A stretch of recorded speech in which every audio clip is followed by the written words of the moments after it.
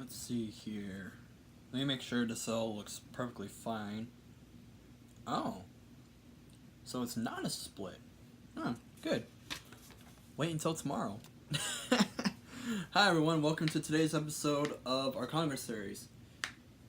Today, we are talking about the 47th Congress, which was in session from 1881 to 1883. Got a good one for you today. And other than the fact that, it's not a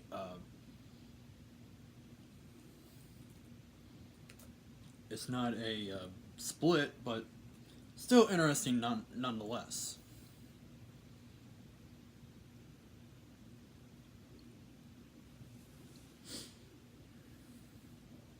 So, how many sessions did we have during this Congress? 2, and 2 special ones. So yeah, in a way you had 4, but that's not important. We have 293 members of the House. We have Joseph Kiefer, who is as Speaker.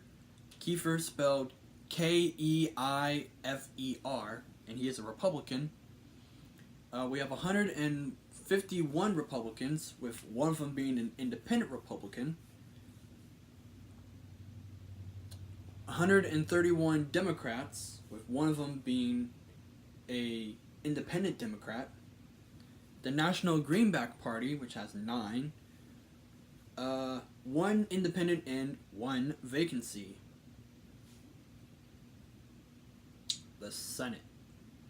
Boy, oh boy. The Senate is where a lot of interesting things happened. Yeah, we'll get there in a sec. We have 76 members, again, 38 states. Because, again, as a reminder,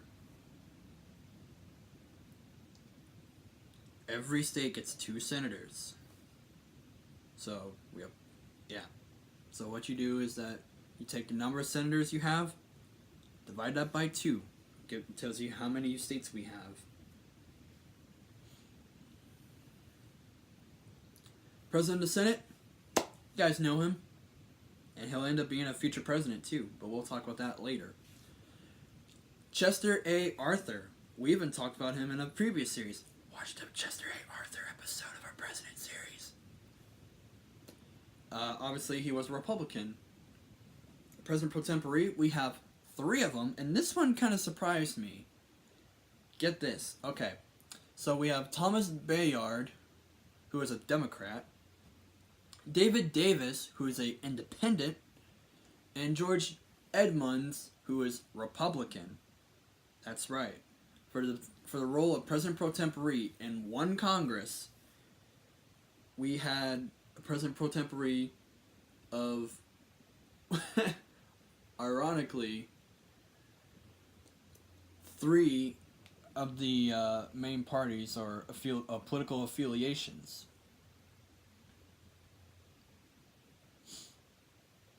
Which is, interesting. So now the party makeup. We have 37 Republicans, 37 Democrats. Yeah, there was actually no actual majority in the Senate. So it's kind of a split majority between the Republicans and Democrats, who each have 37 seats. So,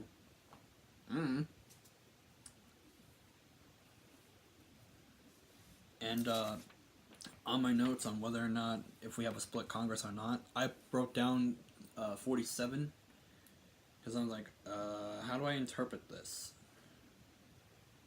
And I was like, well, Democrats and Republicans have the same number of seats, and the percentage isn't over 50%, so nope. I mean, it's not like this hasn't happened before. Like, a couple Congresses ago, how the Republicans had the most seats but not a majority, means that there was no majority in that Congress. At least for the House, or whatever House it was. Anyways, we have one readjustment or readjuster. Yeah, there was a party called the Readjuster Party. I don't know. I don't know what they mean. I don't know what they stand for. And one independent. Now, what happened during this Congress? Probably the main important thing happened has to do with the man in the High Castle. No, okay, I'm not talking about that Amazon series. Which, by the way, great series. Check it out. However, there's a lot of coarse language, a lot of sensitive imagery, because, you know, it's based off an alternative 1962 when the Axis powers of World War II won World War II. You know, the Nazis take over Europe and Africa and somehow invade America. And then the Japs pretty much did the same thing, but in the Pacific realm. And yeah, you guys get the whole point. Anyways, watch the series. It's great. I like it. Right now I'm on season 2. But anyways, we're talking about the President of the United States for our fact for this Congress. America has 3 different presidents within the same year of 1881. Yep, I think you know where I'm going with this. The outgoing President Hayes, Rutherford B. Hayes to be exact, leaves office on March 4th.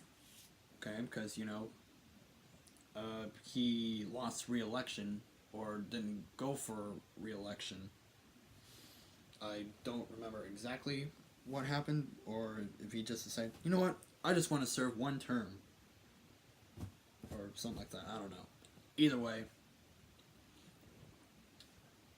the incoming president, James A. Garfield, steps in the president, well, yes, he steps into office on that same day, March 4th,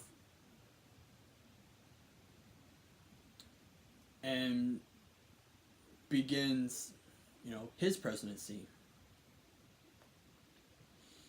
However, he dies in office on September 19th because he was assassinated 11 weeks prior.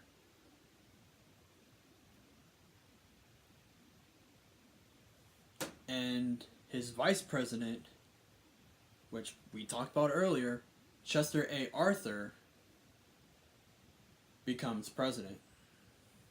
So yeah, in year 1881, we had 3 presidents in the same year. However, this also happened in 1841. The outgoing president was Martin Van Buren, who lost re-election to William Henry Harrison. You guys remember this, I hope.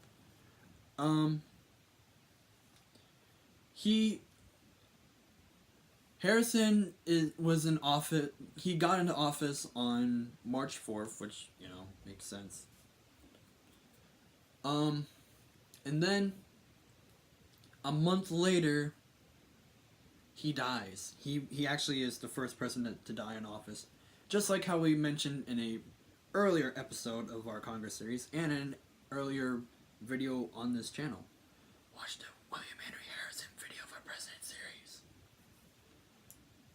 And then after a month of taking office and dying in office, his vice president, John Tyler, becomes president, which he ends up becoming the first vice president to ascend to the presidency following the death of the president. So yeah, both 1841 and 1881, we had 3 presidents within 1 year.